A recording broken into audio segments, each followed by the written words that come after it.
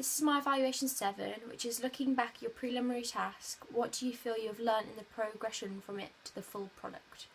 Well, firstly, I've obviously now know how I know now how to use lots of different software such as Powtoon, Prezi, Video, Emaze, lots of others. Like in my preliminary task, I only really stuck to the ones I knew, like PowerPoint and Word, and maybe I did a Prezi, I'm not too sure, but I just stuck to basically what I knew. And this time I wanted to develop my skills more, so I went and looked into more softwares, and I can use them all effectively now, so I've definitely developed my skills a lot. As well as this, my knowledge of Photoshop is greatened loads. Like for my preliminary task, I didn't really use many tools, and it's quite bare, and I just literally did like simple things like changing the colour of the masthead and like making cover lines and stuff for the text box. But this time I've like used much harder things. Like I used the fill content aware to add an extra bit of the model's head because I accidentally cut it off in the photograph, and other stuff like that.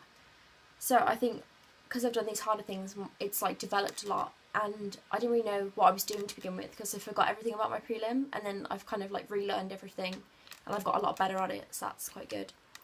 I've also learned now how to do InDesign because I used that for my double page spread, which I didn't make in a preliminary task.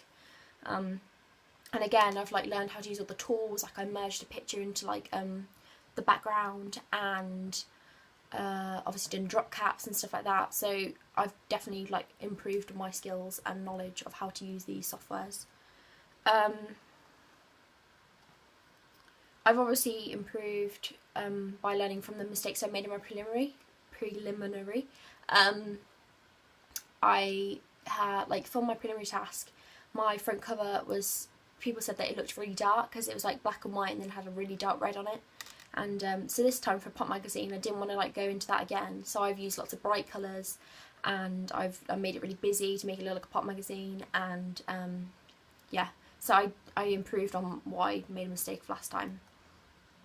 I think my photography skills have improved as well, even though I cut off the top of my model's head. I definitely like planned it a lot more, like from the lighting, so I wanted to do like a concert, so I had to book a room where they could have good lighting, and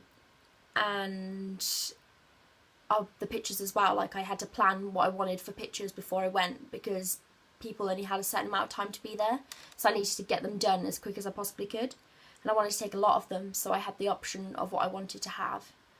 I also organised my models a lot better this time. I made sure I text everyone after I booked a room, like the date, the time, like when they should be there, like what they should wear. Like I had someone come in to do their makeup so it looked better, and it definitely worked out a lot better, because last time I was like, oh yeah, we'll do it this day. I didn't really give them a time or like a place, and I ended up having to search my models, which wasn't very good, and it obviously wastes time. So this time, like, it was all on point, and it didn't really waste a lot of time, and it got done really quickly, so that was good. I think my magazine this time had a lot more detail than it did in my preliminary. Like I said before, it was really bare and there wasn't a lot on it, whereas this time I got as many like goods convention things as I could on it. I tried to fill it up. I tried to make it look like a professional magazine, like without making it look too cramped, but like I tried to like get as much on it as I could so it looked professional rather than just like I'd half-heartedly done it.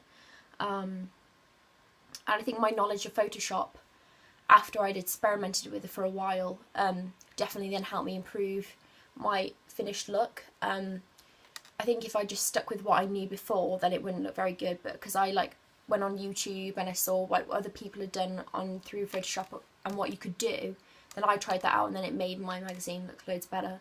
And I think as well that it looks better because my planning was more detailed than it was in the preliminary task. Like from everything to like the colours to the name to fonts and everything. Like I put them through questionnaires and focus groups and everything, and I was like, well, what do you think about this and what do you think about that? And I think by asking the people the options rather than just making it myself, like I think some of the things that came out and people going, yeah, I really like that, I was like, oh, why would you chose that? And I think that definitely makes a difference, like 100%, because it's not just me, it's other people's opinion, and they were my target audience, as it were, so it would appease them. As well, because I think I know more keywords. Like before, I was like having to look at the keywords and thinking about putting them in. I think because I just knew them, they were just coming out in my writing, and my writing was more detailed, and compared to my prelim, it was a lot more detailed. And as well, for my research and planning, I looked at loads of other magazines first, and I analysed them, three different sets of magazines. I did one pop magazine, We Love Pop, and I think I did Kerrang, and I did NME. And by analysing them, then I knew what the codes and conventions were, what they have and haven't got, and I kind of understood then what I wanted to have on my magazine and what should be on my magazine. But yeah, and I think that's all that's kind of improved since that preliminary task. Thank you.